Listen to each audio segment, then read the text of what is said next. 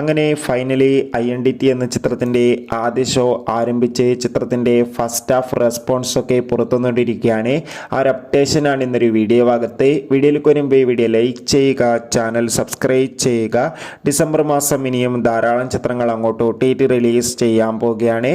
Channel ഭാഗം പരിശോധിച്ചാൽ നിങ്ങൾക്ക് കാണാം. ടൊവിനോ തോമസ്, തൃഷ, അജു വർഗീസ്, ഷമി തിലകൻ എന്നൊക്കെ പ്രധാന കഥാപാത്രങ്ങളായെത്തി ഇന്ന് ജനുവരി 2-ാം തീയതി റിലീസ് ചെയ്ത ചിത്രമായിരുന്നു INDT. എല്ലാ സിനിമാ പ്രേമികളും ഒരേപോലെ ചിത്രത്തിൻ്റെ റിലീസിനായി കാത്തിരിക്കുകയായിരുന്നു.